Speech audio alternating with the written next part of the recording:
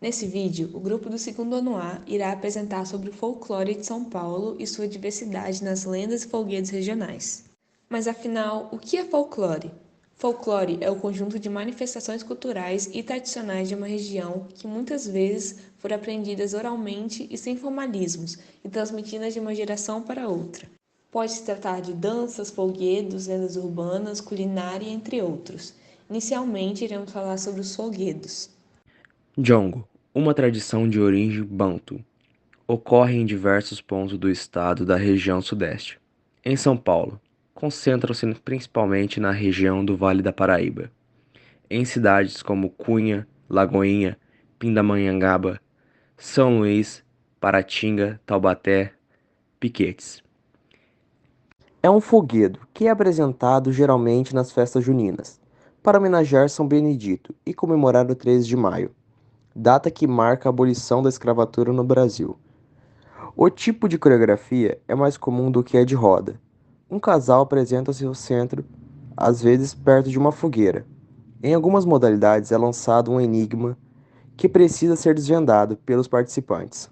Durante o foguedo, são utilizados tambores, cuícas e chocalhos, feitos com latas usadas ou folhas de Flanders. As cantorias são chamadas de ponto e são puxadas por um solista, o jongueiro. O jongo é executado em Guaratingueta, São Luís do Paratinga, Pindamonhangaba, Cunha e Piquete. Cavalhada, fogueto que ocorre durante as festas do Divino, e em outras festas populares. Trazida pelos europeus durante o período colonial, representa a luta entre os cristãos e os mouros na Península Ibérica. Na forma dramatizada, formam-se dois grupos, com 12 cavaleiros cada. Os cristãos vestem-se de azul, e os mouros de vermelho. Todos apresentam armados, com espadas, garruchas, lanças, montados em seus cavalos. Nessas encenações, os mouros sempre perdem a luta e são convidados a partir dali. São realizadas competições de equestres. Há um tipo de vacalhada aonde não existe mais a parte encenada. Em cidades como Franca e São Luís da Paratinga, a encenação ainda é preservada. Só não pode confundir a cavalhada com a cavalaria de São Benedito. É um tipo de cortejo a cavalo em honra ao santo, cujo evento é mais conhecido em Guaratinguetá. Cateretê ou catira é uma dança de sapateado derivado do antigo fandango português. Considerado genuinamente nacional, o cateretê tem origem indígena, mas foi adaptado pelos jesuítas para ajudar no processo da catequese. Trata-se de uma espécie de sapateado brasileiro executado com bate-pé ao som de palmas e violas.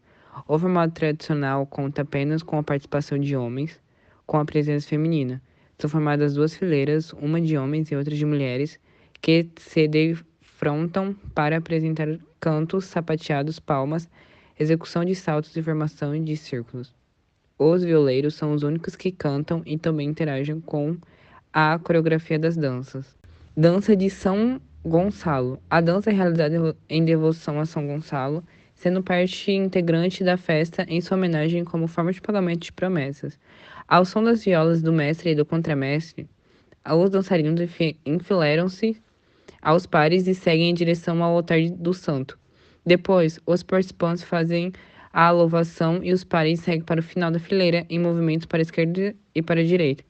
A festa, dança ou folia de São Gonçalo é realizada em devoção a Gonçalo de Amarante, eclesiástico português da Ordem Dominicana, que gozava de grande devoção popular desde o século XII, quando vivia como beato, tendo sido canonizado apenas em 1561, em Portugal. Suas festas acontecem no início do mês de junho. Bem, não tem como falar de folclore sem as lendas, e São Paulo tem diversas delas. A Estrada Velha de Bragança. Conta a lenda que na Estrada Velha de Bragança, trecho Terra Preta, ocorre um fenômeno que denominamos tapa-nágua, um ruído que se ouve em algumas oportunidades semelhante ao provocado por um tapa de mão aberta em superfície de água. São semelhantes a dois tapas seguidos, e o curioso é que não há naquele local água alguma. Esse fato é mais conhecido pelas pessoas que residem nas imediações da Estrada Velha de Bragança. A lenda da casa da Dona Yaya. Conta a lenda que Sebastiana de Melo Freire, mais conhecida como Yaya, foi diagnosticada com distúrbios mentais após a morte de seus pais e o suicídio de seu irmão mais velho. Por isso foi trancada em uma chácara pela família por mais de 40 anos. Yaya só podia ocupar 2 cômodos do local, até sua morte em 1961. A lenda do corpo seco. O corpo seco é uma assombração cuja lenda é de meados do século XX. Conta a história de um homem chamado Zé Maximiano, morador do município de Monteiro Lobato, região da Serra da Mantiqueira, conhecido por bater no seu pai e na sua mãe. Depois de seu suposto assassinato, foi enterrado no cemitério municipal, porém foi rejeitado pela sepultura e passou a assombrar o local. Diz o povo que entes como Corpo Seco agem nas noites de sexta-feira à meia-noite. Aparece na beira dos rios e açudes e, se alguém aparece, pede para ser transportado para outra margem e, em troca, promete revelar o esconderijo de um tesouro. Assim, a entidade afunda pequenas navegações e até mesmo a pessoa que o carrega.